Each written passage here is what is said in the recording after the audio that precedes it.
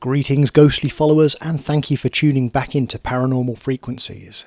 Here we are, episode 10, Can You Believe It? Today I thought we'd take a look at a story that's been circulating the internet for some time now. That of the Kuchisake-onna, or the Slit-Mouthed Woman. Sit back and get comfortable, although not too comfortable, as we examine this Japanese legend. The legend tells of a beautiful woman who lived in Japan, often described as wearing a surgical mask to conceal her disfigured mouth. According to some versions of the story, she was disfigured by her jealous husband, or by a vengeful spirit. In other versions, she was the victim of a terrible accident, or failed cosmetic surgery. The Kuchisake-onna is said to roam the streets, particularly at night, searching for victims. She approaches unsuspecting pedestrians, usually children or lone travellers, and asks them one question: Am I beautiful? If the person answers yes, she removes her mask to reveal her mutilated mouth, which is sliced open from ear to ear, resembling a grotesque grin. She then asks, How about now? If the person responds negatively or screams in terror, she kills them with a pair of scissors that she carries. Some versions of the story say she may spare the person if they answer yes both times, only to later return to kill them. There are variations of the legend where people have devised strategies to escape her, such as answering ambiguously, distracting her with money or candy, or throwing objects at her to flee. The Kuchisake-onna legend has spread throughout Japan and beyond, becoming a staple of Japanese horror folklore. It has inspired numerous adaptations in movies, TV shows, books, and even video games, continuing to haunt the imaginations of those who encounter it. So, is the tale of the slit-mouthed woman true? And where did it come from? The origins of the Kuchisake-onna legend are somewhat unclear and have evolved over time through various iterations of the story. However, it is believed to have originated in Japan during the Edo period, which is the 17th to 19th centuries, and gained widespread popularity in the 1970s. One theory suggests that the legend may have been influenced by historical events, such as the widespread use of surgical masks in Japan during disease outbreaks like the Spanish flu in 1918. Another theory ties the legend to folk tales about vengeful spirits, or onryo, often depicted as female ghosts seeking revenge for past wrongs. However, the modern version of the Kuchisake-onna legend emerged in the 1970s, with variations appearing in different regions across Japan. It gained further popularity in the 1980s and 1990s through urban legends, schoolyard rumours, and media adaptations, including movies, TV shows, and books.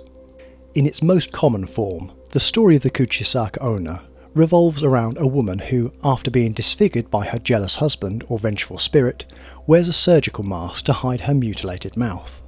She then roams the streets, asking unsuspecting victims if they think she is beautiful. Depending on their response, she either rewards them or attacks them with a pair of scissors to mimic her own disfigurement.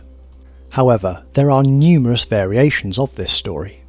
In some versions, it is the woman who cuts herself. In others, it is her husband.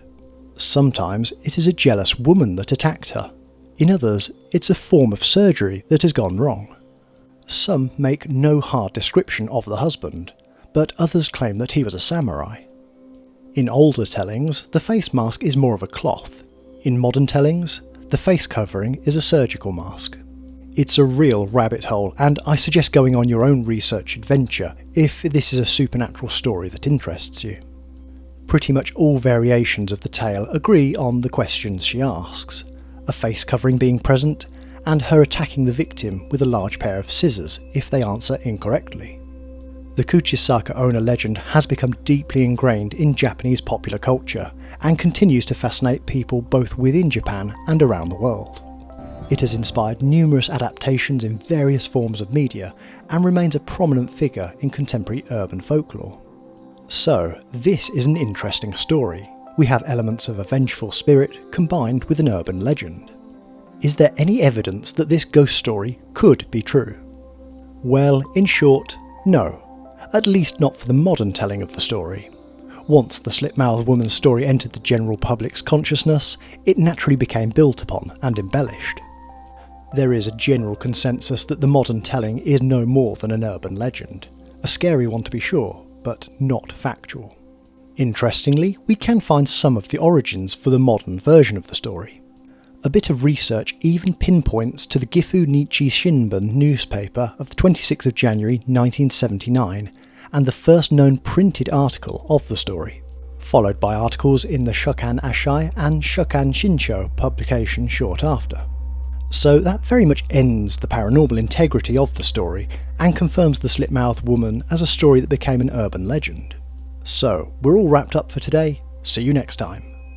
Well, actually, no. This 1970 publication only confirms the modern version of the story. I scoured the internet for various sources of earlier origins of the story, and I think I may have come up with an answer. I believe that there may be a little part of this story lost in translation, or at least a few nuances left out due to cultural and language reasons. I'd read that some believed that the Slit-Mouthed Woman first appeared in the Edo period of Japan's history. That's the 17th to 19th centuries. This clearly predates the established 1970s origin. And sure enough, there is evidence to support that this story is older than you might think. There is a very similar entity from the Edo period, known as a yokai. It's described as having a face like that of a demon woman torn from ear to ear, and its entire body is covered in hair. Generally speaking, yokai are a specific subset of demons in Japanese folklore. Typically humanoid in nature, but with specific mutilations or skills. This one is another real rabbit hole to investigate if you are interested in the topic. In terms of our Slit-Mouthed Woman entity, there is a clear connection here. The well-trodden story of yokai with a modern twist, becoming the Kuchisake-onna. So, in terms of debunking, this perhaps isn't the right approach. The yokai were considered more as characters than actual live demons. A way of conveying stories of morality and cautionary tales, often through theatre via the medium of plays. This fits perfectly with the Kuchisake-onna phenomenon. Essentially, this is an old supernatural legend that has been given a new lease of life by updated storytelling, word of mouth, until it finally became the urban legend we know today.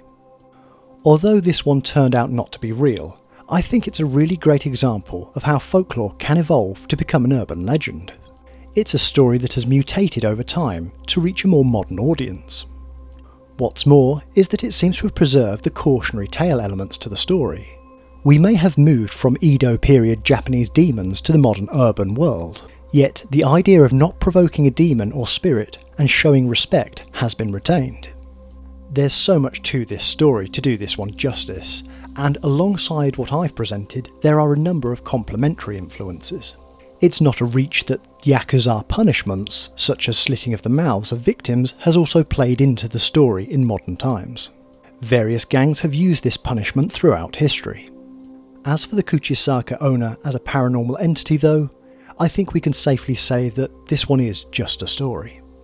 But if you do find yourself in Japan and are approached by a beautiful woman in a face covering, you may want to think twice before answering any questions.